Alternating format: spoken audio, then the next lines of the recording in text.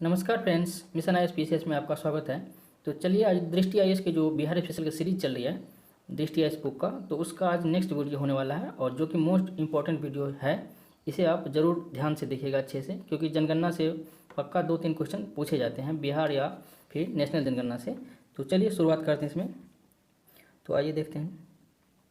तो इसमें है सर्वप्रथम बिहार में जनगणना की शुरुआत जो 1872 में हुई थी, आपको पता है, लॉर्ड मेयो के काल में। ठीक है, नहीं, हालांकि नियमित जनगणना प्रत्येक 10 वर्ष 1881 में शुरू हुई और निरंतर होती रही। इसी क्रम में 2011 की जनसंख्या बिहार की 14वीं जनगणना है। ठीक है, इस जनगणना से संबंधित महत्वपूर्ण आंकड़े व तथ्य इस प्रकार है। चलिए आगे बढ़ते हैं, देखते हैं आंकड़े।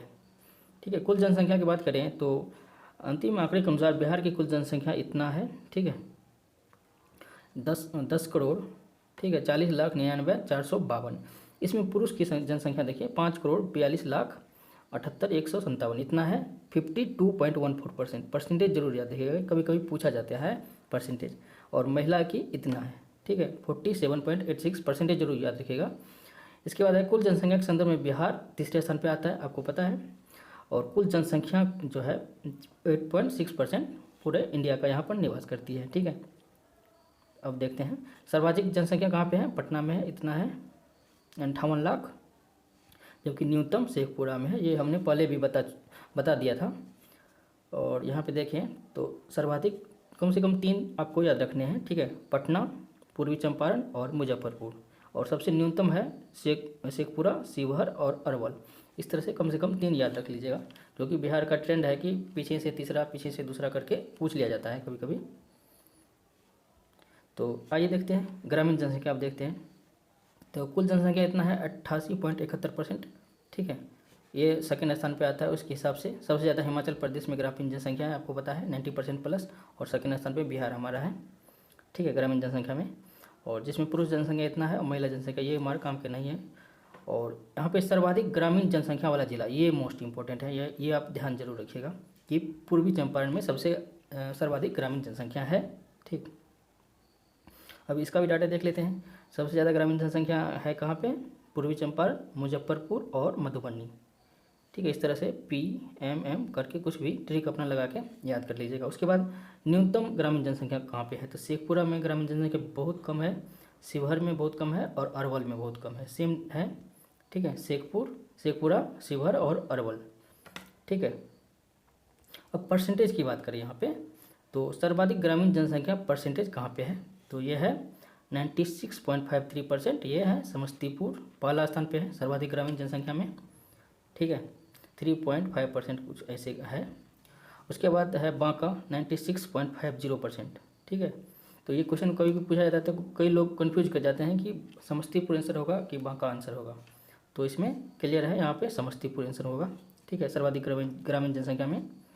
ठीक है, इस तरह से देख लेगा, समस्तीपुर, बांका और मधुबनी है। अब देखते हैं अर्बन पॉपुलेशन के बारे में। तो इतना 11.29% है। ठीक है, इसके अलावा जो है सर्वाधिक अर्बन पॉपुलेशन कहाँ पे है? पटना में, ये तो आप सभी को पता ही होगा। तो और 3 डाटा कम से कम आप याद रखिएगा, पटना, भागलपुर और गया। ठीक है, और न्यूनतम शहरी जनसंख्या शिवहर हो गया, अरवल हो गया और कैमूर हो गया। ठीक है, अब देखते हैं आगे कौन सा डाटा है। तो आगे है सर्वाधिक शहरी जनसंख्या परसेंटेज वाले ज़िले। तो परसेंटेज के वाइज से भी पटना है, मुंगेर सेकेंड स्थान पे आता है। यहाँ पे ध्यान रखिएगा, मुंगेर सेकेंड स्थान पर आ जाता है परसेंटेज वाइज में। और ऐसे कौन सा था? भागलपुर था। मतलब जनसंख्या की दृष्टि से भागलपुर था, लेकिन परसेंटेज दृष्टि से मुंगेर आ जाता है और भागलपुर तीसरे स्थान पर आ जाता है। और परसेंटेज के हिसाब से देख लीजिए, यहाँ पे समस्तीपुर, बांका और मधुबनी आता है। ठीक, और परसेंटेज के हिसाब से ना पूछे तो शिवहर हो जाएगा जनसंख्या के हिसाब से। ठीक है, ध्यान रखिएगा, शिवहर, अरवल और कैमूर। ठीक है, अगर सिंपल सी बात है कि अगर परसेंटेज वाइज पूछे तो समस्तीपुर आपको टिक लगाना है सबसे कम में, और ऐसे पूछ ले तो शिवहर आपको टिक लगाना है। ठीक, अब देखते हैं दशकीय वृद्धि। तो इसमें 2001 से 2011 के मध्य बिहार की दशकीय वृद्धि दर 25.42% रही है। ठीक है, जो कि 3rd स्थान पे हमारे पूरा इंडिया में है। राज्यों में अगर बात करें तो 3rd स्थान पे है। पहला तो आपको पता ही है, वो है कौन सा है, मेघालय है, दूसरा हो गया अरुणाचल प्रदेश और थर्ड है हमारा बिहार। राष्ट्रीय औसत कितना है, 17.7%। तो उससे कितना ज़्यादा है देख लीजिए आप, काफ़ी ज़्यादा है। इसके बाद देखते हैं आगे। ध्यातव्य है कि बिहार की यह 10 की जनसंख्या वृद्धि जो है महान विभाजक वर्ष जो जिसे कहा जाता है 1121 के बीच ऋणात्मक रही थी बिहार में भी। जैसे महान विभाजक 1121 को माना जाता है, आपको आपने पढ़ा होगा जनसंख्या में, ठीक है, वहाँ पे 0.97% हो गई थी। तो उसके बाद आगे देखते हैं। तो सर्वाधिक 10 की जनसंख्या वृद्धि वाला, ये तो आपने कई बार पढ़ा होगा कि मधेपुरा है और न्यूनतम है गोपालगंज, ठीक। उसके बाद देखते हैं सर्वाधिक जनसंख्या वृद्धि दर वाले जिले। तो मधेपुरा फर्स्ट स्थान पे है, किशनगंज और अररिया। तो आजकल का ट्रेंड है कि पहला छोड़ दिया जाता है और दूसरा या तीसरा पूछ लिया जाता है। तो ये आप ध्यान रखिएगा कि मधेपुरा के बाद आता है किशनगंज, उसके बाद अररिया आता है और न्यूनतम है हो गया यहाँ पे गोपालगंज, तो आपको याद ही है, ठीक है। उसके बाद अरवल भी है और दरभंगा है, ठीक है। ये 3 कम से कम क्रम में आप याद रखिएगा। अब नेक्स्ट देखते हैं, अब देखते हैं शिशु जनसंख्या। तो वर्ष 2011 की जनगणना के अनुसार बिहार की कुल जनसंख्या शिशु जनसंख्या इतना है, जिसमें बालक की इतना है और बालिका की इतना है, जो हमें ध्यान रखने की ज़रूरत नहीं है, ठीक है। अब देखते हैं जनघनत्व, ये इम्पोर्टेंट है, इससे पूछा जाता है। तो बिहार का जनघनत्व टोटल जो अगर बात करें तो 1106 है, जबकि राष्ट्रीय 382, काफ़ी ज़्यादा है। जो आप देख सकते हैं 724 अंक अधिक है। यह देश का सर्वाधिक सघन है, यानी कि जनघनत्व में इंडिया मतलब बिहार फर्स्ट स्थान पे आता है, उसके बाद वेस्ट बंगाल शायद आता है, ठीक है। अब देखते हैं जनघनत्व वाले ज़िले कौन कौन से हैं। तो शिवहर है 1880, सेकेंड हो गया पटना, थर्ड हो गया दरभंगा। तो 3 आपको याद रखने हैं, शिवहर, पटना और दरभंगा, शिवहर, पटना और दरभंगा। और न्यूनतम की बात करें तो 488 ये हो गया कैमूर, जमुई और बांका, ठीक है। कैमूर, जमुई और बांका 3 हो गया न्यूनतम जनघनत्व वाले ज़िले। अब सेक्स रेशियो यानी कि लिंगानुपात देखें तो लिंगानुपात जो है 918 है, जो कि राष्ट्रीय लिंगानुपात से 25 कम है, 943। नेशनल 943 है, जबकि मतलब बिहार का 918 है। और इसमें देख ले तो गोपालगंज का सर्वाधिक है लिंगानुपात 1021, उसके बाद सबसे कम है मुंगेर जिला का। तो अब थोड़ा डाटा इधर भी देख लेते हैं। तो गोपालगंज फर्स्ट स्थान पे हो गया, सिवान हो गया सेकेंड और सारण थर्ड स्थान पे आ गया। उसके बाद मुंगेर सबसे लोवेस्ट है, भागलपुर उसके बाद है और खगड़िया उसके बाद है, ठीक। अब देखते हैं शिशु लिंगानुपात। तो शिशु लिंगानुपात में सबसे पहला जो है 971, यानी किशनगंज टॉप कर रहा है, ठीक है। और सबसे कम हो गया वैशाली। ऐसे आपको मुंगेर है, लेकिन शिशु लिंगानुपात में सबसे कम आपको मिलेगा वैशाली, ठीक है।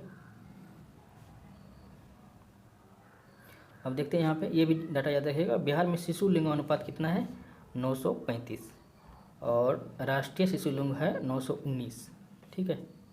ये 16 अधिक है।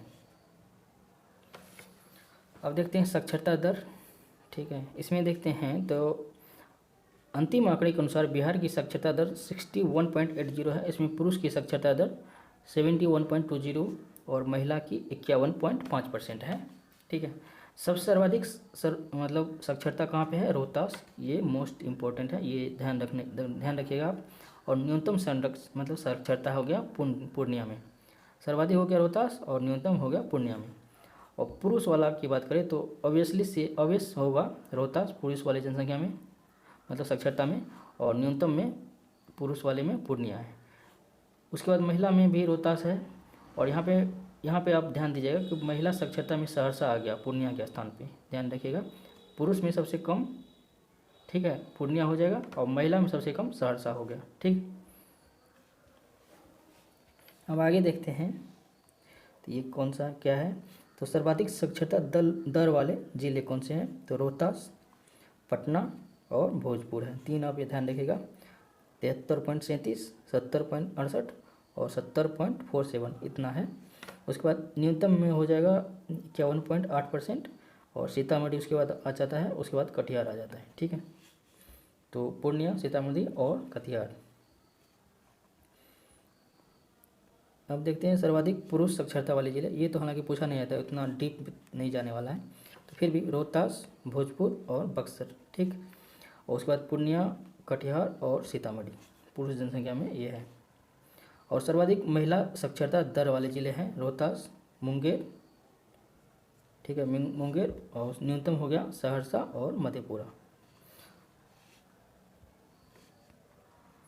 अब देखते हैं, ये यहाँ से इम्पोर्टेंट हो जाता है, तो यहाँ से एससी का पूछ रहा है। तो कुल जनसंख्या है 1,65,00,000, ठीक है, इतना है, ठीक है। राज्य की कुल जनसंख्या का 15.9% एससी है, जबकि एसटी की बात करें तो 1.3% है। एसटी 1.3%, काफ़ी कम है। एससी ज़्यादा है, 15.9%, लगभग 16% के आसपास एससी जनसंख्या है बिहार में, ठीक है। सर्वाधिक एससी की जनसंख्या, ये कई बार पूछा गया है, आप देखिएगा गया में है सर्वाधिक एससी जनसंख्या, और न्यूनतम हो गया आपको शिवहर में, ठीक है।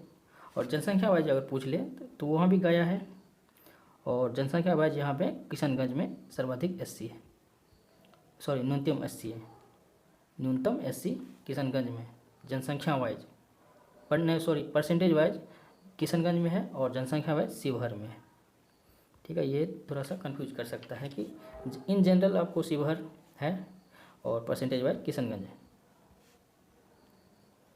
उसके बाद आगे देखते हैं सर्वाधिक अनुसूचित जाति जनसंख्या वाले जिले, तो गया, पटना, समस्तीपुर, ठीक है।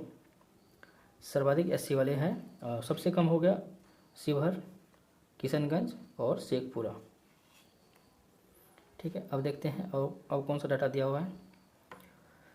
अनुसूचित जाति जनसंख्या परसेंटेज वाले ज़िले हैं, तो गया, नवादा, औरंगाबाद, ठीक है।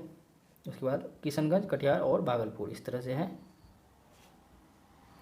अब देखते हैं एसटी की जनसंख्या कितनी है, तो इतना है, और जो कि 1.3% है, हमने बताया था अभी, और इतना पुरुष और इतना महिला है। और सबसे ज़्यादा है पश्चिमी चंपारण में, हमने शुरू में ही बताया था, पश्चिमी चंपारण में सबसे ज़्यादा एसटी है, ठीक है, अनुसूचित जाति, और न्यूनतम है शिवहर में। यहाँ पे थोड़ा सा देख लीजिए, न्यूनतम शिवहर में अनुसूचित जाति भी है और अनुसूचित जनजाति भी न्यूनतम शिवहर में ही है, ये ध्यान रखिएगा, आपको याद करने में आसानी रहेगी। अब परसेंटेज वाइज पश्चिमी चंपारण ही है, वैसे भी पश्चिमी चंपारण है, और उसके बाद न्यूनतम जनसंख्या परसेंटेज वाइज जो है औरंगाबाद, खगड़िया और समस्तीपुर में है, ठीक। आइए अब देखते हैं अब कौन सा है, तो उसी का डाटा दिया हुआ है। पश्चिमी चंपारण है फर्स्ट स्थान पे, सेकंड पे कटिहार और थर्ड पे पूर्णिया, न्यूनतम में शिवहर हो गया, अरवल हो गया और शेखपुरा हो गया, ठीक। इसी तरह से सर्वाधिक अनुसूचित जनजाति जनसंख्या वाले जिले, तो पश्चिमी चंपारण है और कटिहार, ठीक। अब आगे देखते हैं धार्मिक जनसंख्या 2011 वाला। तो आंकड़ों के अनुसार जो है हिंदू धर्म के मानने वाले व्यक्ति की संख्या सर्वाधिक है, जो कि 82.69% है। तो ये डाटा याद रखिएगा सिर्फ यहाँ पे, उसके अलावा कोई इम्पोर्टेंट नहीं है। थोड़ा फिर भी थोड़ा सा डाटा हम देख लेते हैं। तो इतना है 82.69% हिंदू, और 16.87% है मुस्लिम, और 0.12% ईसाई है। तो ये क्रम थोड़ा सा याद रखिएगा, हिंदू, मुस्लिम और ईसाई का क्रम है, ऐसे करके हिंदू, मुस्लिम, ईसाई और बौद्ध, उसके बाद है सिख। तो इस तरह से कुछ मतलब बढ़ते क्रम में और घटते क्रम में पूछा जा सकता है।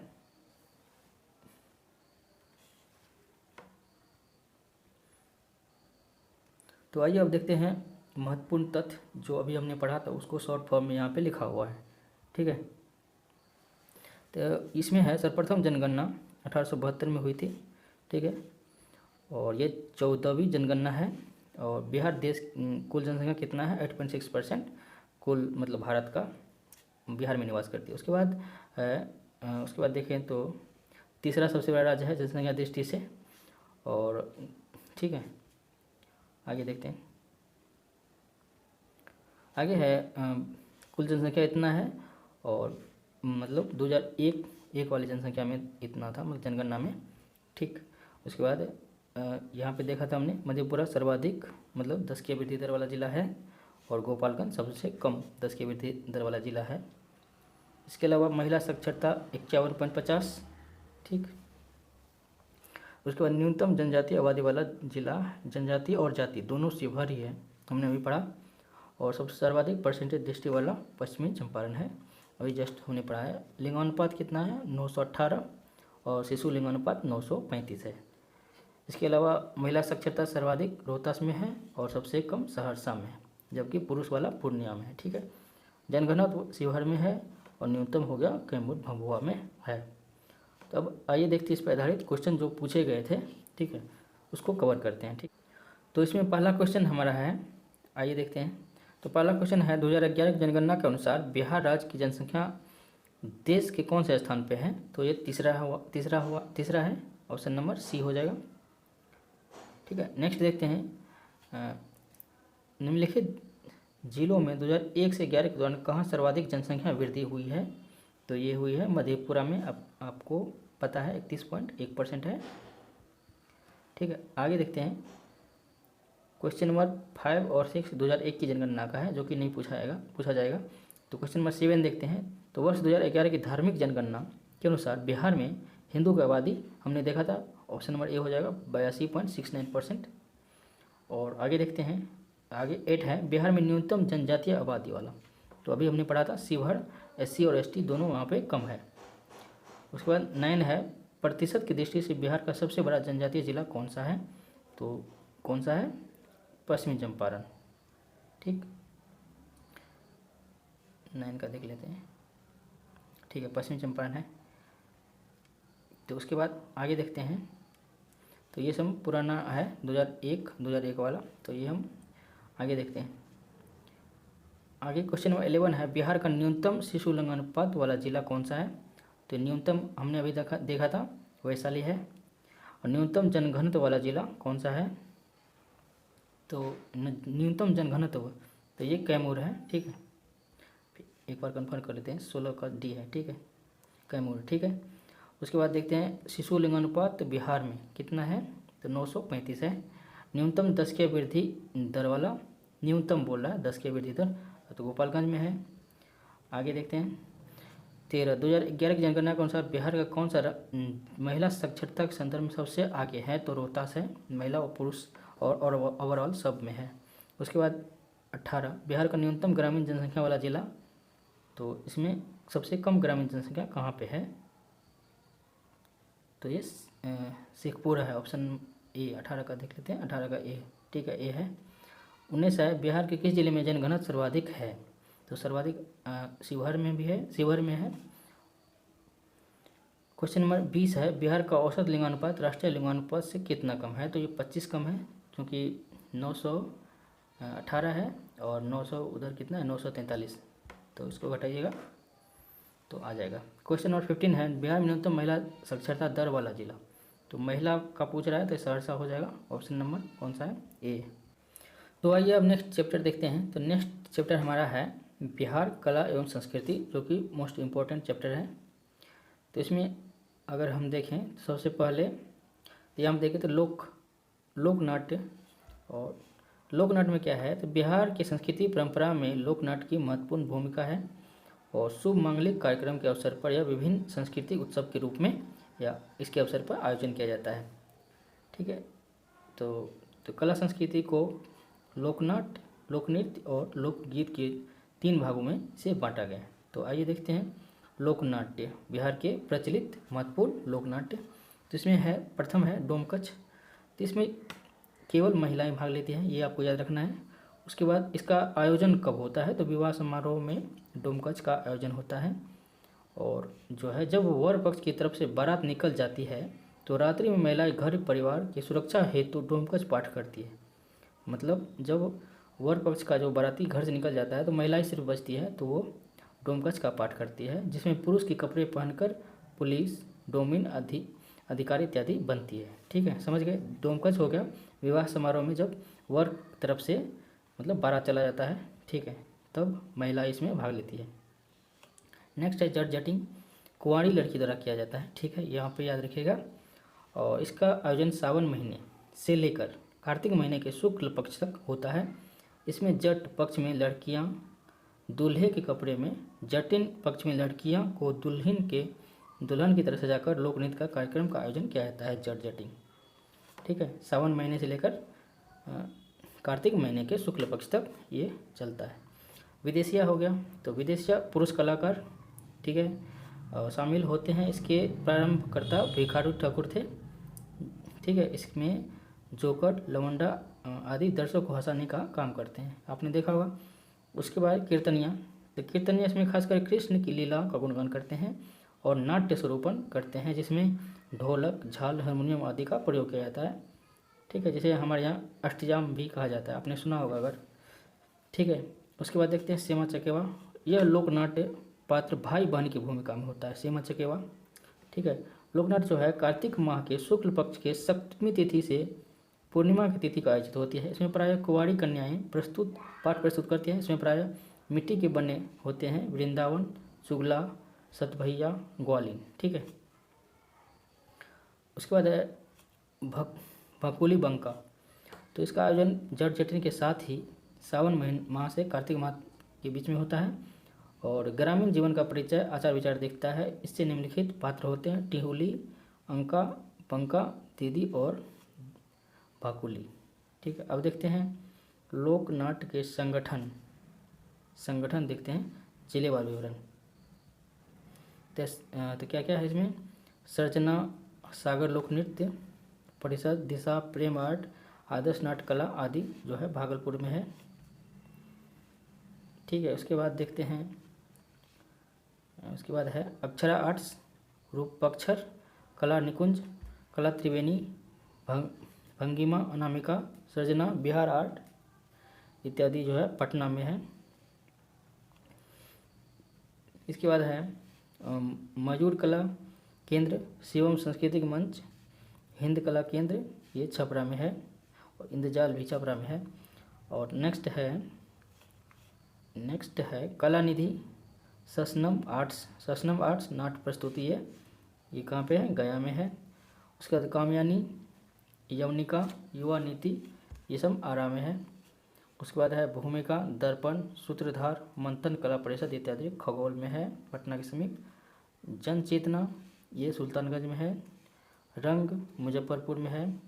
नवरंग कला मंच, ये बक्सर में है, शायद ये पूछा गया एक बार कि नवरंग मतलब कला मंच बक्सर में। उसके बाद है बहुरूपिया बहुरंग, ये दानापुर में है। उसके बाद नाट्य भारती एक्टर्स ग्रुप, ये औरंगाबाद में स्थित है। अब देखते हैं लोक नृत्य, तो लोक नृत्य में क्या क्या है, तो इसमें है झूमर नृत्य, तो इसका जो है, तो इसका केवल विवाहित महिलाएं भाग लेती इसमें, और गरबा के समान है, मिथिलांचल प्रदेश में आयोजित होता है और सितंबर अक्टूबर महीने में आयोजित किया जाता है, मौसम से संबंधित है ये झूमर नृत्य। इसके बाद झिझिया, इस नृत्य में राजा चित्रसेन एवं उसकी रानी की कथा केंद्र में होता है, जिसमें महिला समूह, एक महिला अपने सिर पर घड़ा लेकर नाचती है तथा बाकी की सहायता करती है। इसका आयोजन आश्विन माह के दुर्गा पूजा के पहले होता है, ठीक है। झिझिया। नेक्स्ट छऊ देखें तो यह मुख्यतः युद्ध से संबंधित पुरुष प्रधान नृत्य है। छऊ जो कि पुरुष प्रधान नृत्य है, जिसका 2 स्वरूप होता है, पहला वीर रस आधारित, दूसरा श्रृंगार रस आधारित और कालीभंग श्रेणी। उसके बाद है पवड़िया नृत्य। पवड़िया नृत्य की बात करें तो सामान्यतः पुरुष जो स्त्री के वेशभूषा धारण कर परिवार में जन्मोत्सव का गुणगान करते हैं, तो पवड़िया नृत्य इसे कहा जाता है, ठीक है। उसके बाद जोगीरा नृत्य, तो आपने सुना होगा, होली में गाया जाता है। पुरुष महिलाएं समूह बनाकर होली में गीत गाते नाचते हैं और गुलाल भी लगाते हैं। उसके बाद कर्मा नृत्य, इस नृत्य में स्त्री पुरुष दोनों सामूहिक रूप से देवता को खुश करने के लिए आदिवासी जनजाति के लोग मुख्यतः सम्मिलित में होते हैं कर्मा नृत्य में। इसके बाद खोल्डीन नृत्य, इसमें जो है शहरी ग्रामीण व्यावसायिक महिला सम्मिलित होती है, जो पारिवारिक शुभ एवं मांगलिक कार्य के अवसर पर गीत नृत्य करते हैं।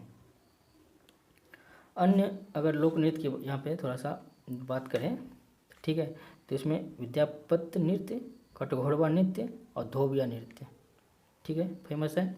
उसके बाद झरने नृत्य, मुस्लिम समाज में यह आयोजन होता है। ये शायद एक बार पूछा गया है कि झरने नृत्य किस समुदाय के द्वारा किया जाता है, तो ये मुस्लिम समुदाय के द्वारा किया जाता है और अवसर पर शोक कुल के रूप में किया जाता है ये झरने नृत्य, ठीक है। ये शायद पूछा गया एक बार। उसके बाद नेक्स्ट है लौंडा नृत्य। केंद्र में महिला का रूप होता है जो पुरुष या महिला वेशभूषा में खासकर भोजपुर जिला में नृत्य करते हैं। उसके बाद गंगिया, मांझी, घोघो रानी, गोंडिन, लोढियारी, धनकटनी, बोलेबे, बसंती, बगुल्ले और झिन्नी बिन्नी इत्यादि है। अब लोकगीत देखते हैं। तो लोकगीत में कौन कौन से गीत हैं? तो पर्व गीत, तो यह पर्व एवं त्यौहार के अवसर पर किया जाता है, जैसे कि छठ हो गया, तीज, रामनवमी, दीपावली, होली के अवसर पर पर्व गीत।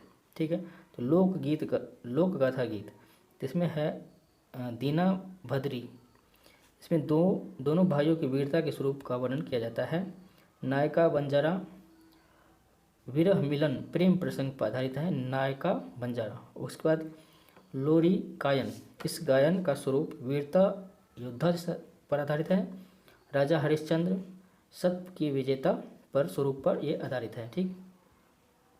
जाति गीत, इसमें समाज में रहने वाले प्रत्येक जाति के लिए अपने मन माफिक अनुकूल परिस्थिति में अपने जाति विशेष के गीत के माध्यम से उजागर करते हैं, जैसे कि कहार, धोबी इत्यादि। उसके बाद ऋतु गीत देखते हैं। तो बिहार में विभिन्न ऋतु में अलग अलग गीत गाए जाते हैं, जैसे कि चैता, फगुआ, हिंडोला और बारहमासा। उसके बाद संस्कार गीत देखते हैं। तो बच्चों के जन्म, मुंडन, जनेऊ, विवाह इत्यादि के अवसर पर जो गीत गाए जाते हैं, जैसे कि सोहर हो गया, कोहबर हो गया इत्यादि। अन्य महत्वपूर्ण लोकगीत देखते हैं। तो इसमें है विजयमल, धुंधली घटना, छतरी चौहान, मीरियान, अमर सिंह बाड़िया, कुंवर, विजभर, भजन, बाल क्रीड़ा, ये सब है। ठीक है। अब आगे देते हैं बिहार के प्रमुख लोकगीत गायक। तो ये सब है। तो इसमें है प्रहलाद सिंह टिपनिया, ये ध्यान रखिएगा, ये क्योंकि पूछा जा सकता है। उसके बाद ब्रजकिशोर दुबे, उसके भारत सिंह भारती, विष्णु प्रसाद सिन्हा है, शारदा सिन्हा है, तारा सिंह डोडोबे है, जंटू सिंह है, बाकीलाल है, डॉक्टर शंकर प्रसाद है, मोतीलाल मंजुल है, विंध्यवासिनी देवी है, कमला देवी है, उर्वशी है, रेणुका सहाय, नंदकिशोर प्रसाद है इत्यादि है। ठीक है। अब देखते हैं बिहार में स्थापत्य, मूर्ति एवं चित्रकला। तो इसमें देखते हैं सबसे पहला कौन सा है, नालंदा विश्वविद्यालय महाविहार। ठीक है। तो इस महाविहार में हिंसांग एवं सिंह नामक चीनी यात्री 7वीं ईस्वी पूर्व में हर्षवर्धन के शासनकाल में बौद्ध धर्म से संबंधित शिक्षा प्राप्त करने के उद्देश्य से आए थे, हमने पढ़ा था। उसके वर्तमान में नालंदा विश्वविद्यालय के उपकुलपति प्रोफेसर सुनैना सिंह है। तो अभी आप चेक कर लीजिएगा कि अभी कौन है अभी, क्योंकि बदल हो सकता है बदल गया हो। उसके बाद देखते हैं विक्रमशिला महाविहार धर्मपाल द्वारा बनाया गया था। बौद्ध दर्शन, न्याय, व्याकरण एवं तत्व ज्ञान की शिक्षा दी जाती थी। वर्तमान में यह भागलपुर जिला में अवस्थित है। उसके बाद है उदंतपुरी। तो उदंतपुरी पाल शासक गोपाल द्वारा 8वीं शताब्दी में बनाया गया था और बिहार शरीफ के निकट स्थित है। पूछा भी गया है कि उदंतपुरी कहाँ अवस्थित है। उसके बाद देते हैं मूर्तिकला। तो मौर्य कला के अंतर्गत महत्वपूर्ण कलाएँ क्या क्या हैं इसमें। 4वीं शताब्दी ईस्वी पूर्व में इसकी शुरुआत हुई थी।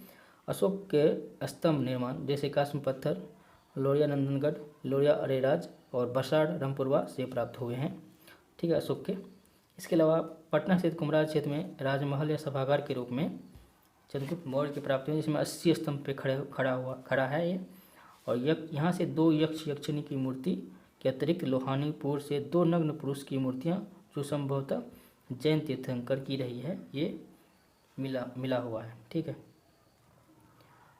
तो गुप्त काल, इस काल का संबंध मथुरा शैली से है, जिसमें हिंदू धर्म का प्रभाव तुलनात्मक रूप से बौद्ध धर्म से अधिक, ठीक है, बौद्ध धर्म से अधिक हिंदू धर्म का माना जाता है गुप्त काल में। उदाहरण स्वरूप सारनाथ क्षेत्र में शुरू होकर पटना, गया, वैशाली, राजगीर, भोजपुर इत्यादि मूर्ति एवं स्तंभ की प्राप्ति हुई है। साथ ही सुल्तानगंज में 7.5 फुट ऊंच बुद्ध की मूर्ति कला का दृष्टि से अतुलनीय सिद्ध हुआ है। ठीक है। गुप्तकालीन मूर्तियों में खासकर सौंदर्य, स्त्री सौंदर्य का विशेष वर्णन, ठीक है, मिला हुआ है। उसके बाद पालकालीन। तो कांसे के मुख्यतः बनाए जाते थे इसमें, जिसका जो निर्माण करता थे धीमन एवं विठपाल, आपने सुना होगा। इसके बाद इस मूर्ति में काले बैसाल्ट पत्थर का प्रयोग किया था, नालंदा, राजगीर एवं बोधगया से प्राप्त हुए हैं। अब देखते हैं मध्यकालीन कला। तो इसमें क्या क्या है, तो शेरशाह सूरी का मकबरा सासाराम में है। इसके बाद अलावा हसन शाह इस्लाम 1617 में इब्राहिम खां काकर द्वारा निर्मित मनेर स्थित शाह दौलत मकबरा है। ठीक है।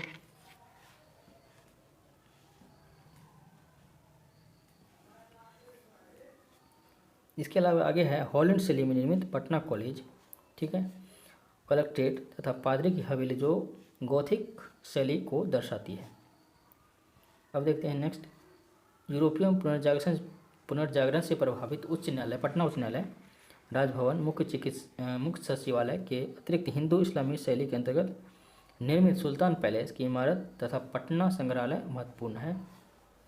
अब आधुनिक काल के कुछ देख लेते हैं। तो आधुनिक काल में पटना के गोलघर हो गया, संग्रहालय हो गया, गांधी मैदान में निर्मित विशाल कांस्य धातु से निर्मित महात्मा गांधी की मूर्ति हो गया 70 फुट ऊंच वाली, और विश्व में स्थापित गांधी जी की मूर्तियाँ प्रतिमा सबसे अधिक ऊंचा है। अब देखते हैं चित्रकला। हालांकि ये सब तो पूछा नहीं जाता, फिर भी आप देख लीजिए इसे। इसकी शुरुआत मिथिला क्षेत्र में हुई है। खासकर विषम रंग एवं चिटकली आकृति भी इसमें निर्मित होती थी, और कच्ची मिट्टी पर चित्रकारी, बाद में व्यवसाय हेतु कैनवास, कागज एवं कपड़ों पर भी इसे अंकित किया गया। इसके अलावा इसमें है, इसके प्रमुख अंतर्गत मुख्यतः भित्ति चित्र आते हैं। ठीक है। पर्व त्यौहार में वैवाहिक संस्कार के अवसर पर भित्ति चित्र बनाए जाते हैं, जैसे कोहबर के घर की सजावट होती है, गोपनीय घर की सजावट में चित्रकारी। ठीक है, इस तरह से बनाई जाती है। उसके बाद अरिपन सेकंड होता है। अरिपन जो कि भूमि नीचे में बनाया जाता है, उंगली से बनाया जाता है, जो कि जनेऊ, मुंडन, विवाह समारोह में अवसर पर होता है। ठीक है। इसमें पशु पक्षी की फूल की मतलब प्रतीक देवी देवता के चित्र बनाए जाते हैं इसमें। इसके बाद मंजूषा शैली यानी कि मंजूषा चित्रकला, तो बिहुला बिसहरी की दंत कथाओं का चित्रण मुख्यतः भागलपुर से प्रारंभ, मंजूषा शैली भागलपुर में मुख्यतः है। इसके चित्रकला मानसिक रूप से सबसे निचले पायदान पर, सामाजिक रूप से सबसे निचले पायदान पर रखा गया, जिसमें स्त्री पुरुष केवल बाएं हिस्से को दिखाया जाता है। मतलब स्त्री पुरुष के केवल बाएं हिस्से को ही इसमें चित्रित किया जाता है। इस चित्रकला का आयोजन भूमि व घर की दीवार पर नाग पूजा के रूप में, ठीक है, अगस्त माह में, ठीक है, किया जाता है। अब देखते हैं पटना कलम। तो इसकी मुगल अकबर के समय में ही इसकी शुरुआत हुई थी। ठीक है। खासकर नौहर एवं मनोहर द्वारा इसकी, जब औरंगजेब द्वारा इसे प्राश्रय नहीं मिला तो ये अनेक भागों में चले गए अपने। ठीक है। और अनेक भागों के क्षेत्रीय कला का विकास किया, जो कि पटना कलम के नाम से जानी जाती है, और बाद में इंडो ब्रिटिश चित्रशैली के नाम से ये प्रसिद्ध हुआ। इसमें व्यक्ति की चित्र की प्रधानता रही है। लालचंद, गोपालचंद इस चित्रकला के प्रसिद्ध 2 चित्रकार थे, जबकि अंतिम चित्रकार के बारे में बात करें ईश्वरी प्रसाद वर्मा थे। इसका निधन के बाद ये जो चित्रकला जो है खत्म हो गई। अब आगे देखते हैं थंका चित्रकला शैली। तो इसमें क्या है, तिब्बती चित्रकला के स्वरूप में बौद्ध चित्रकला का विशिष्ट उदाहरण है, जिसमें बौद्ध जातक कथाओं, बुद्ध के धर्म उपदेश आदि का विस्तृत वर्णन किया गया है। थंका चित्रकला, ठीक है, बौद्ध धर्म से संबंधित है। और फिलहाल इस शैली के लगभग 109 चित्र प्रमुख रूप से अंत प्रकृति, धर्मपाल आदि संबंध चित्र पटना संग्रहालय में सुरक्षित रखा गया है। अब आगे देखते हैं इसमें देखते हैं सांझी कला। इस शैली से निर्मित चित्रकला का स्वरूप पटना के समीपवर्ती इलाके में दिखाई देती है। इस शैली का प्राय अरिपन, रंगोली, अल्पना इत्यादि के नाम से भी इस क्षेत्र में विशेष रूप से जाना जाता है। अब देखते हैं पर्व त्यौहार क्या क्या है इसमें। तो इसमें रामनवमी आपको पता है शुक्ल पक्ष चैत्र माह के शुक्ल पक्ष की नवमी तिथि को होता है। इस दिन स्त्री पुरुष दोपहर तक भूखे रहते हैं। ठीक। उसके बाद बुद्ध जयंती, भगवान बुद्ध को जिस दिन ज्ञान की प्राप्ति हुई थी उसी दिन को मनाया जाता है। तो वैशाख माह के पूर्णिमा तिथि को यह मनाया जाता है। उसके बाद वट सावित्री पूजा देखते हैं। तो मुख्य रूप से मिथिला क्षेत्र में यह सुहागिन महिलाओं द्वारा सावित्री एवं ब्रह्मा की पूजा ज्येष्ठ माह कृष्ण पक्ष के अमावस्या की तिथि को मनाया जाता है। नेक्स्ट है शिवरात्रि, मुख्य रूप से महिला और कुंवारी लड़कियों द्वारा इसमें भाग लिया जाता है। और फागुन मास के कृष्ण पक्ष की चतुर्दशी तिथि को भगवान शिव की साथ पार्वती की भी पूजा की जाती है। नेक्स्ट है मधुश्रावणी। तो इसका आयोजन है सावन मास के कृष्ण पक्ष के पंचमी शुक्ल पक्ष की तृतीया तक नवविवाहित महिलाओं द्वारा अपने पति की दीर्घायु कामना हेतु किया जाता है। उसके बाद रक्षाबंधन। ठीक है, प्रत्येक बहन द्वारा अपने भाई को कलाई पर सुरक्षा के संकल्प के रूप में सावन माह में पूर्णिमा तिथि को मनाया जाता है। नेक्स्ट है मुहर्रम। इतिहास के प्रसिद्ध युद्ध करबला के युद्ध क्षेत्र में हसन हुसैन के शहीद होने के उपलक्ष्य में मुस्लिम समुदाय द्वारा प्रथम 10 दिनों तक इस्लामी कैलेंडर के प्रथम महीने का में होता है। ठीक है, उसके बाद बकरीद। बकरीद है इब्राहिम शाह द्वारा अपने पुत्र की बलि देने की याद में मुस्लिम समुदाय द्वारा मनाया जाता है। गुड फ्राइडे ईसा मसीह द्वारा अपने जीवन लीला की समाप्ति मानवता के कल्याण हेतु उसकी याद में ईसाई समाज में मनाई जाती है। अपने जीवन लीला की समाप्ति के कारण उपलक्ष्य में मनाया जाता है। ठीक है, उसके बाद ईस्टर देखते हैं।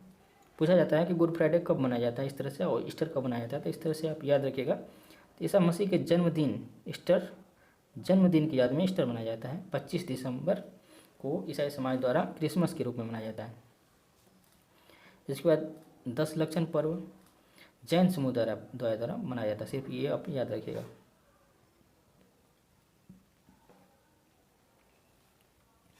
इसके बाद देखते हैं ईद उल फितर। मित्रता एवं बंधुत्व के भाव स्वरूप मुस्लिम समुदाय द्वारा रमजान महीने के अंतिम दिन शाम में नमाज अदा करने के साथ यह पर्व मनाया जाता है ईद। ठीक। उसके बाद दुर्गा पूजा। महिषासुर के अत्याचार से आम लोगों को सुरक्षा हेतु महिषासुर के वध के उपलक्ष्य में माँ दुर्गा की पूजा अश्विन माह के 10वीं तिथि को किया जाता है। दीपावली हिंदू समुदाय द्वारा रावण पर राम के विजय के उपलक्ष्य में कार्तिक माह की अमावस्या तिथि को मनाया जाता है। इसी पर्व को जैन लोग महावीर निर्वाण दिवस के रूप में भी मनाते हैं। दीपावली को महावीर निर्वाण दिवस के रूप में मनाया जाता है। नेक्स्ट कार्तिक पूर्णिमा। पवित्रता के महत्व को बनाए रखने हेतु हाजीपुर एवं सोनपुर में गंडक के संगम पर स्नान करके मनाया जाता है। ठीक है, इसके बाद नेक्स्ट है छठ पूजा। डूबते सूरज को अर्घ देते हैं और उगते सूरज को अर्घ देते हैं, जो कि कार्तिक महीने में मास में की जाती है, दीपावली के 6 दिन बाद। नेक्स्ट है सरस्वती पूजा। बसंत पंचमी के रूप में माघ में इसकी पूजा की जाती है। मकर संक्रांति 14 जनवरी को मनाया जाता है। चित्रगुप्त पूजा, इसमें कलम दवात की पूजा के साथ भैया दूज का पर्व भी सम्मिलित है। पितृपक्ष पूजा अश्विन माह में पितरों की आत्म शांति हेतु मनाया जाता है। अब देखते हैं मेले। ठीक है, बिहार के मेले। तो पटना का पुस्तक मेला, इसका शुभारंभ जो है 71 में हुआ था और सामान्यतः यह 15 दिनों तक नेशनल बुक ट्रस्ट दिल्ली द्वारा आयोजित किया जाता है। सिंहेश्वर स्थान का मेला भगवान शिव से संबंधित है, मधेपुरा जिला में होता है। इसे पशु मेला के नाम से भी जाना जाता है। अनेक प्रकार के पशु की खरीद बिक्री होती है। ठीक। सोनपुर, ठीक है, सोनपुर का मेला जिसे हरिहर का भी मेला कहा जाता है, सबसे बड़ा पशु मेला है एशिया का और सन 1850 में से लगातार कार्तिक माह में आयोजित की जाती है। बैसी का मेला, ये भी पूछा गया है, भगवान विष्णु के पूजन हेतु बांका जिला में मंदार पर्वत के नीचे आयोजित किया जाता है। भगवान विष्णु की पूजा बैसी मेला में की जाती है। मलेमास का मेला हिंदू समुदाय तथा राजगीर में मनाया जाता है। इसमें मानता है कि प्रत्येक तीसरे वर्ष 1 माह की वृद्धि होती है। ठीक है, तो मलेमास में ये मेला मनाया जाता है। सौराठ विवाह से संबंधित मेला का आयोजन 15 दिनों के लिए ज्येष्ठ आषाढ़ माह के मधुबनी जिले में सौराठ नामक गांव में होता है। तो ये क्या है, आयोजन है 15 दिनों के लिए ज्येष्ठ आषाढ़ माह में मधुबनी जिले के सौराठ नामक गांव में होता है। विवाह से संबंधित है ये सौराठ मेला। ठीक। उसके बाद बाबा ब्रह्मेश्वर नाथ का मेला, तो बक्सर जिला में ये लगता है।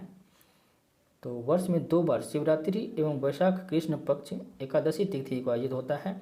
इसमें विशेषतः विकसित एवं प्रसिद्ध नस्ल के पशुओं खरीद बिक्री होती है। ठीक।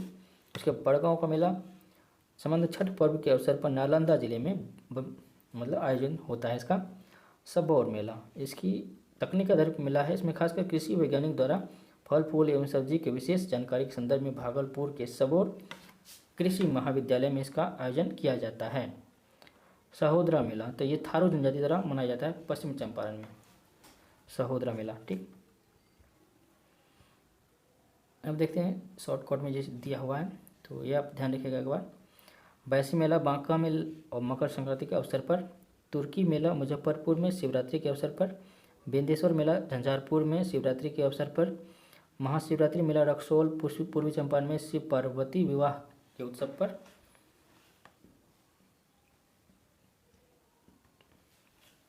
आगे है हरदी मेला मुजफ्फरपुर में शिवरात्रि के उत्सव पर।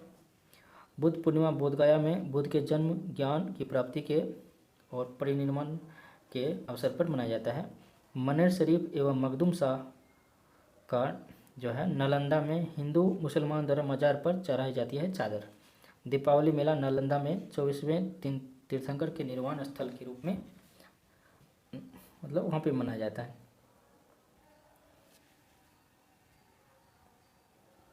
तो आइए अब देखते हैं बिहार की प्रमुख भाषा एवं विभिन्न बोलियाँ। तो क्या क्या है इसमें बोलियाँ? 5 भाषाएं, भोजपुरी हो गया, मैथिली हो गया, मगही, वज्जिका एवं अंगिका। ठीक है, अब देखते हैं थोड़ा सा क्षेत्र। तो क्षेत्र क्या है? वज्जिका का प्रारंभिक वज्जी संघ की भाषा है। तो इसमें कौन कौन से आते हैं? तो मुजफ्फरपुर, चंपारण के पूर्वी क्षेत्र, मधुबनी, दरभंगा, सीतामढ़ी, ये सब आते हैं। क्षेत्रीय नाम के रूप में थारू, कुरमाली, कोगरा और खन्ना आदि है, क्षेत्रीय नाम इसके हैं वज्जिका के। नेक्स्ट है अंगिका। अंग जनपद की भाषा है ये। भागलपुर, बेगूसराय, दुमका, देवघर, मुंगेर और साहिबगंज अंगिका हो गया। उसके बाद मगही मगध जनपद की भाषा है। पूर्वी बिहार में अंतर्गत पटना, जहानाबाद, गया, मुंगेर, नवादा, पलामू में है। नेक्स्ट देखते हैं भोजपुरी। प्रारंभिक काशी मल्ल के जनपद की भाषा है यह। भोजपुर, बक्सर, रोहतास, कैमूर, सारण, सिवान, गोपालगंज इत्यादि में, पश्चिमी चंपारण इत्यादि में, पलामू इत्यादि में बोली जाती है। लगभग 1 करोड़ 10 लाख है इसकी बोलने वाले की जनसंख्या। तो इसके अलावा यहाँ पे देखते हैं प्रचार प्रसार भारत के अन्य राज्य जैसे उत्तर प्रदेश, झारखंड, पश्चिम बंगाल इत्यादि के साथ साथ विदेश में जैसे फिजी, मॉरिशस, सूरीनाम, गुयाना इत्यादि में भी बोली जाती है। इसके बाद मैथिली सबसे बड़ा भाषा है। ठीक है, इस मतलब बिहार में बोली जाने वाली प्रारंभिक विदेह महाजनपद की भाषा। इसकी शुरुआत 10वीं शताब्दी से हुई है। सीतामढ़ी, पूर्णिया, सहरसा, मधेपुरा, दरभंगा, मधुबनी, समस्तीपुर इत्यादि में ये 8वीं अनुसूची में सम्मिलित है। ठीक है, बिहार के साथ नेपाल में भी बोली जाती है और इसके प्रिय कवि अपने नाम सुना होगा विद्यापति थे। ठीक, सर्वाधिक बोली जाने वाली भाषा यहाँ पर लिखा हुआ पूछा जाएगा कि सर्वाधिक बिहार में कौन सी भाषा बोली जाती है, तो ये मैथिली है। अब देखते हैं कुछ अखबार। ठीक है, तो इसमें है बिहार में राजभाषा के रूप में उर्दू को 84 में शामिल किया गया और उर्दू के तत्सम एवं तद्भव शब्द के मिश्रण से होता है। उर्दू भाषा का निर्माण मुख्यतः संस्कृत के तत्सम एवं तद्भव के मिश्रण के रूप में होता है। इस भाषा को बोलने वाला खासकर अररिया, दरभंगा, कटिहार, किशनगंज, मधुबनी, पूर्णिया, सहरसा, सीतामढ़ी आदि क्षेत्र में है। 35 लाख इसके बोलने वाले हैं। अली मोहम्मद शाह अजीमाबादी द्वारा नक्शे पायदर की रचना की गई, जो बिहार के इतिहास के प्रथम उर्दू भाषा की किताब थी। नक्शे पायदर प्रथम उर्दू भाषा की किताब मानी जाती है और इसकी रचना अली मोहम्मद शाह अजीमाबादी ने किया है। अब देखते हैं पत्रकारिता की भूमिका। ठीक है, तो इसमें है सबसे पहले अगर देखें प्रथम उर्दू साप्ताहिक अखबार ए बिहार का प्रकाशन विलियम टेलर द्वारा किया गया था। तो उसके बाद हिंदू साप्ताहिक बिहार बंधु पंडित मदन मोहन भट्ट के प्रयास से 1872 में कलकत्ता से प्रकाशित हुआ। बाद में 1874 से पटना से प्रकाशित होने लगा। बिहार के पृथक मान के रूप में महेश्वर प्रसाद द्वारा द बिहारी नामक पत्रिका के माध्यम से उठाया गया। मतलब बिहार को जो पृथक प्रांत बनाया गया था तो बिहारी पत्रिका ने सबसे पहले आवाज़ उठाया था। इसके थे महेश्वर प्रसाद और दैनिक समाचार के रूप में कार्य किया। सदा ए आम, इतिहास और शांति के आदि समाचार पत्र में सदा ए आम उर्दू समाचार पत्र बहुत पुरानी है, जिसका प्रकाशन स्वतंत्रता आंदोलन के समय शुरू हुआ था। आज भी पटना से यह प्रकाशित होता है। तो कुछ समाचार पत्र देख लेते हैं इसमें। सर्वहितैषी पटना से प्रकाशित होता था और 1880 में इसकी स्थापना हुई थी। आर्यावर्त दरभंगा से पूछा गया, ये क्वेश्चन याद रखिएगा 1941। ठीक है, ये क्वेश्चन पूछा गया है, आर्यावर्त कहाँ से प्रकाशित होता था। उसका नवीन भारत ये पटना से प्रकाशित होता था। ठीक है, 60 के दशक में होता है। उसके बाद जनशक्ति पटना से 1970, आत्मकथा पटना से, आज पटना से। ठीक है, उसके बाद नव भारत टाइम्स हो गया, पटना से होता है। हिंदुस्तान पटना से, अमृत वर्षा पटना से, मौर्य विहार संध्या पटना। ठीक है, संध्या प्रहरी पटना, दैनिक जागरण पटना, दैनिक भास्कर पटना। ठीक है, दैनिक भास्कर 2013 से एक्टिव है, दैनिक जागरण 2000 से है, संध्या प्रहरी 1992 से है। ठीक है, इस तरह से याद रखिएगा। अब देखते हैं बिहार के प्रमुख साहित्य। ठीक है, तो ये इम्पोर्टेंट है, ये कई बार पूछा जा चुका है। तो भू परिक्रमा, पदावली, कीर्तिलता, कीर्ति पताका, गौ रक्षा विजय। तो ये तो आपको ध्यान रखना ही पड़ेगा क्योंकि ये विद्यापति का बुक कई बार पूछा गया है। भू परिक्रमा, पदावली, कीर्तिलता, कीर्ति पताका, गौ रक्षा विजय विद्यापति द्वारा रचित है। ठीक है, इसके बाद धूप छाँव, कुरुक्षेत्र, चक्रवाल, रसवंती, हुंकार, उर्वशी, प्राणभंग, ये रामधारी सिंह दिनकर द्वारा लिखा गया है। उसके बाद दिग्दर्शन, दिग्दर्शन राहुल संकीर्तन का, धम्मपद, विनय पिटक और बुद्धचर्या, तो ये राहुल संकीर्तन का बुक है। इसके अलावा आगे देखते हैं बापू के कदमे में, चंपारण में सत्याग्रह और इंडिया डिवाइडेड, ये राजेंद्र प्रसाद द्वारा लिखित है। उसके बाद जुलूस, पलटू बाबू रोड, दीर्घ तपा, मैला आंचल, ये फणीश्वर नाथ द्वारा लिखा गया है। आम्रपाली, माटी की मूर्तें, चिता के फूल, चिंता के फूल और संघमित्रा, ये राम वृक्ष बेनीपुरी की है। चंद्रयान, ये मुल्ला दाऊद का है। दूब जनम छाई, ये शिव सागर का है। नक्शे पायदार, ये शाह आजिमाबादी का है। वर्ण रत्नकार और दर्शन रत्नकार ज्योतिश्वर ठाकुर की है। ये मोस्ट इम्पोर्टेंट है ये। ठीक है, ये आपको याद रखना है, भी आए हैं ये। तो आइए अब देखते हैं बिहार की प्रमुख जनजातियाँ एवं उनकी संस्कृति। ठीक है, तो आइए देखते हैं इसमें 2011 की जनगणना के अनुसार बिहार में कुल जनजाति की संख्या जो है इतना है। ठीक है, जिसमें पुरुष की इतना है और महिला की इतना। तो सर्वाधिक जनसंख्या पश्चिमी चंपारण में है, हमने बता दिया था, और न्यूनतम शिवहर में है। ठीक है, अब देखते हैं जनजाति के बारे में। ठीक, इसमें है संथाल, प्रथम है हमारा संथाल जनजाति। तो ये प्रोटोस्टलेट समुदाय से संबंधित रखते हैं ये, और निवास स्थान कहाँ पे है, सहरसा, भागलपुर और पूर्णिया। ठीक है, सहरसा, भागलपुर और पूर्णिया क्षेत्र में संथाल पाई जाती है। उसके अलावा यहाँ पर बात करें तो 92 संविधान संशोधन 2003 संथाली भाषा को संविधान की 8वीं अनुसूची में जोड़ा गया था। 92 संविधान संशोधन में संथाली भाषा को जोड़ा जा चुका है। ठीक है, एकल विवाह बहुविवाह प्रथा इसमें मौजूद है। पूजनीय देवता है सिंहबोगा। ठीक है, संथाल ने भागलपुर राजमहल क्षेत्र में समांतर सरकार की घोषणा की थी और अंग्रेज कमांडर बारो को इसने हराया था 55 में। सर्वाधिक निवास बिहार में है ये इसका, सहरसा, भागलपुर, पूर्णिया। उसके बाद है मुंडा, तो ये भी प्रोटोस्टलॉइड है। इसका निवास भभुआ, बक्सर, रोहतास, पूर्णिया आदि में अधिकतम है मुंडा का निवास। ठीक है, मुख्यतः दक्षिण बिहार में है। ठीक है, इसकी बोलचाल भाषा सदानी है और व्यवसाय दल के रूप में स्थानांतरित कृषि करते हैं जिसे कुटकुटी व्यवस्था कहा जाता है। और महत्वपूर्ण देवता पृथ्वी से संबंधित सिंहबोगा, और 1899 से 1900 में मुंडा क्रांति हुआ था, आपने पढ़ा होगा। नेक्स्ट है उराव जनजाति। इसका संबंध जो है द्रविड़ एवं प्रोटोस्टलॉइड समुदाय दोनों से है। अगर निवास की बात करें दरभंगा, भागलपुर, बक्सर, रोहतास, तो ये आपको पता होगा कि यह क्षेत्र पूछ लेता है कभी कभी कि इसका क्षेत्र कौन सा है। तो दरभंगा, भागलपुर, बक्सर और रोहतास, यानी कि उत्तरी बिहार मुख्यतः। ठीक है, उराव जनजाति। उसके बाद कोरबा, कोरबा जनजाति प्रोटोस्टलैंड है, और मुंगेर, कटिहार, भोजपुर, पूर्णिया और रोहतास से संबंधित हैं। ठीक है, मुंगेर, कटिहार, भोजपुर, पूर्णिया और रोहतास में कोरबा जनजाति निवास करती है।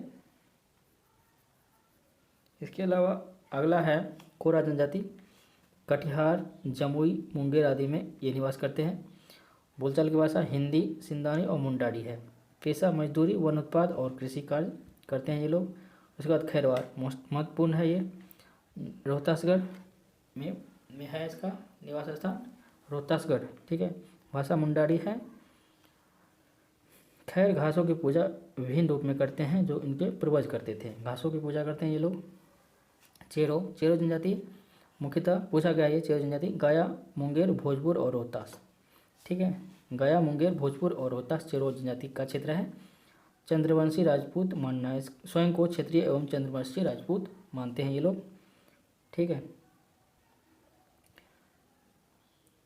गोराइत, गोराइत तो इसका संबंध प्रोटोस्टलैंड है, गया भोजपुर में है ये इसका निवास स्थान, और मजदूरी और कृषि करते हैं। गोंड, गोंड निवास रोहतास, छपरा, पश्चिमी चंपारण। रोहतास, छपरा और पश्चिमी चंपारण में है गोंड का निवास। मुंडारी बोलचाल की भाषा, अस्थायी निवास नहीं है बल्कि घूमकर प्रवृत्ति के है ये गोंड। नेक्स्ट है बेड़िया, तो मुख्य रूप से मुंगेर जिला में बहुत कम संख्या में बची हुई है, किसान एवं मजदूर इसका पेशा है। ठीक है, इसके अलावा बिहार में अन्य जातियों में बुथुंडी है जो कीचड़ के घर में निवास करते हैं। बिंजिया जनजाति जंगलों में पहाड़ों पर निवास करते हैं। मुख्य पेशा टोकरी बनाना बिंजिया जनजाति का है, शिकार करना, मछली पकड़ना। ठीक है, इस तरह से है। इसके बाद बिहार की जनजातियाँ का मुख्य त्यौहार सरहुल है और बसंत के मौसम में मनाया जाता है। ठीक, उसके बाद नेक्स्ट है जनजातीय आदिवासी कला। कला के बारे में बात करें तो खासकर स्त्रियाँ कंठहार बनाती है जिसमें कौड़ियों एवं सीप का प्रयोग किया जाता है। पर्व एवं त्यौहार के समय घर की सजाना सामान्यतः कुंवारी लड़कियों का काम होता है। आदिवासी साहित्य कि इसे मासिक पत्रिकाएं निकाली जाती है जैसे अखाड़ा, जोहार, दिसुम खबर एवं जोहार सहिया, इस तरह की साहित्य है इसका।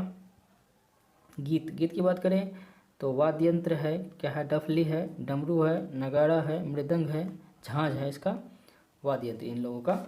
इसके अलावा नाम क्या है, मतलब आदिवासी के गीत संगीत का नाम कर्मा, अंडदी, जदूर, मंगेर, हैरो इत्यादि है। ठीक है, अब देखते हैं परीक्षा उपयोगी महत्वपूर्ण तथ्य इसमें है संस्कृत, कला संस्कृत का। तो आरंभकर्ता कौन है, विदेशिया के भिखारी ठाकुर। पुरुष कलाकार होते हैं, लौंडा नाच होता है इसमें। सीमा चकवा लोक नृत्य मुख्यतः भाई बहन का इसमें भूमिका होता है। उसके बाद उलुगुलान विद्रोह बिरसा मुंडा से संबंधित है। ठीक है, सर्जना एवं दिशा लोक नाट्य जो है भागलपुर में अवस्थित है। कड़िया झूमर लोक नृत्य का संबंध मौसम से है। ठीक है, कड़िया झूमर मौसम से संबंधित लोक नृत्य है, पूछा जा सकता है। उसके बाद छऊ, छऊ जो है पुरुष प्रधान युद्ध नृत्य है। झरनी मुस्लिम समुदाय से संबंधित मुहर्रम में ये होता है। विंध्यवासिनी देवी, कमला देवी, उर्वशी, शारदा सिंह लोक गायिका है, लोकगीत गायिका। इसके बाद है नालंदा, नालंदा विश्वविद्यालय महाविहार के संस्थापक कुमारगुप्त, वर्तमान में कुलपति है सुनैना सिंह, ये आप चेक कर लीजिएगा कौन है अभी फिलहाल। उसके बाद विक्रमशिला विश्वविद्यालय का संस्थापक धर्मपाल है। ओदनपुरी का है गोपाल। गुप्त कला का संबंध मथुरा शैली से है। पाल काल में बैसाल्ट पत्थर का प्रयोग करके मूर्ति बनाए जाते थे। 70 फुट गांधी मैदान में उसका मतलब महात्मा गांधी का प्रतिमा बना हुआ है। मधुबनी कला में 2 प्रकार के हैं, भित्ति चित्र एवं अरिपन। ठीक है, बिहुला बिसहरी दंत कथाओं का वर्णन मंजूषा चित्रकला से प्राप्त होता है, भागलपुर में स्थित है ये।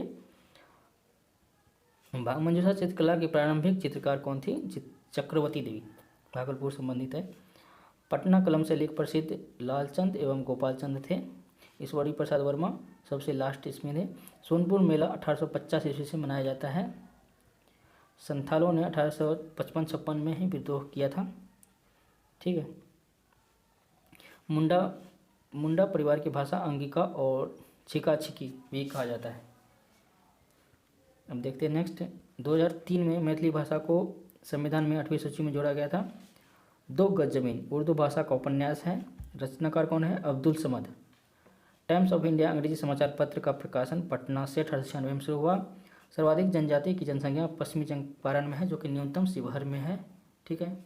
बिहार जनजाति उरांव का मुख्य त्यौहार सरहुल है। ठीक है। दीदारगंज से प्राप्त यक्ष यक्षिणी की मूर्ति का संबंध मौर्य काल से संबंधित है। नायक बंजारा लोकगीत का नायक का नाम शोभ नायका है। ठीक है। नेक्स्ट है कामयानी। कामयानी नाट्य संस्था आरा जिले में है। ठीक है। बुद्ध के जीवन के लघु चित्र पाल चित्रकला से संबंधित है।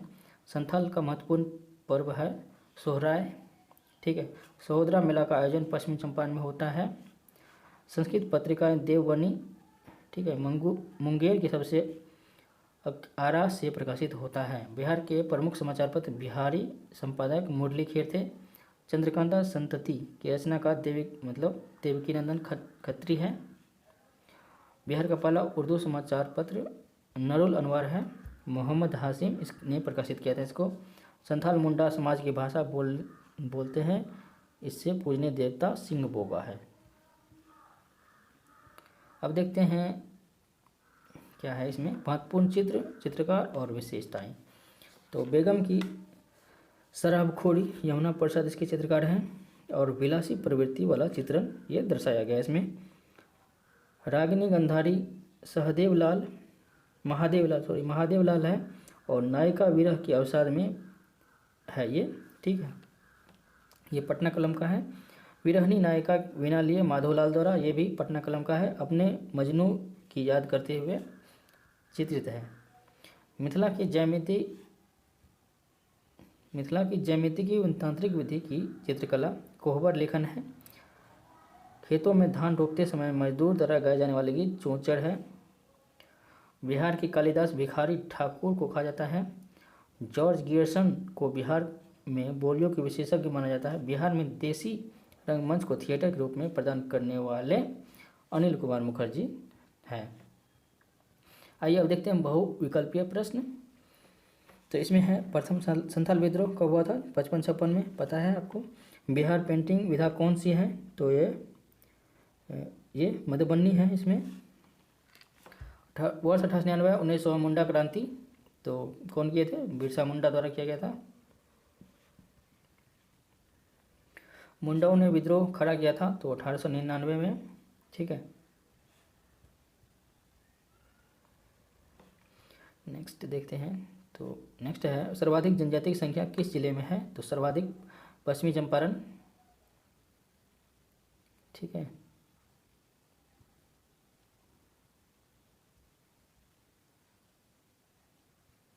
अब नेक्स्ट देखते हैं बिहार का कालिदास किसे कहा जाता है? तो भिखारी ठाकुर को।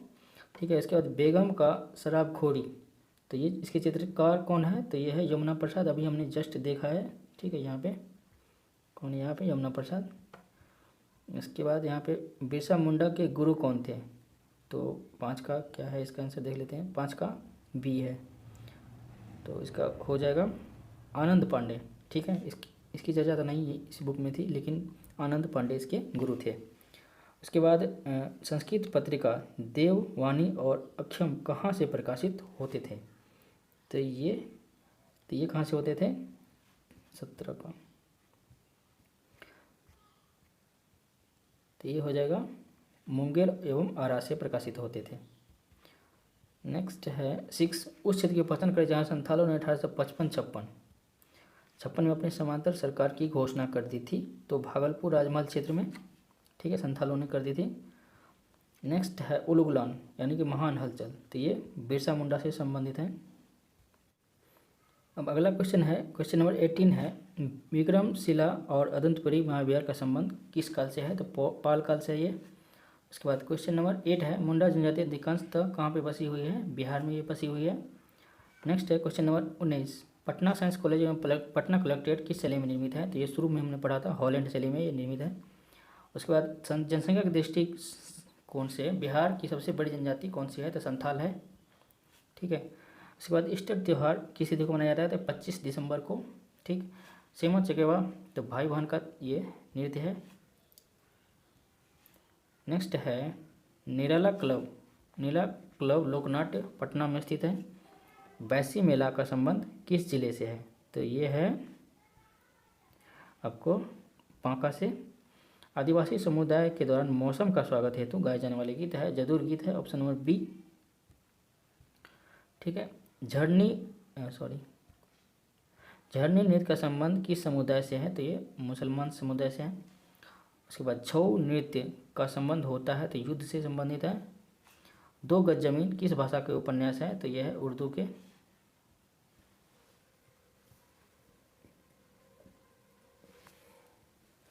नेक्स्ट देते हैं, बिहार का विश्वविख्यात सोनपुर का मेला किस तिथि को आयोजित होता है? तो ये कार्तिक पूर्णिमा में। ठीक है। उसके बाद 25 का सम्मिलित करना है तो हरदी मेला मुजफ्फरपुर में पढ़ा था हमने, बैसी मेला बांका में, मलेमास राजगीर में और सौराठ मेला मधुबनी में लगता है। तो ऑप्शन नंबर ए हो जाएगा। बिहार का प्रसिद्ध नृत्य जाना जाता है तो बाउल। ठीक है। नेक्स्ट है 27, मिथिला भाषा को संविधान के 8वीं अनुसूची में 2000 कितना में शामिल किया गया था? 2003 में। ठीक है।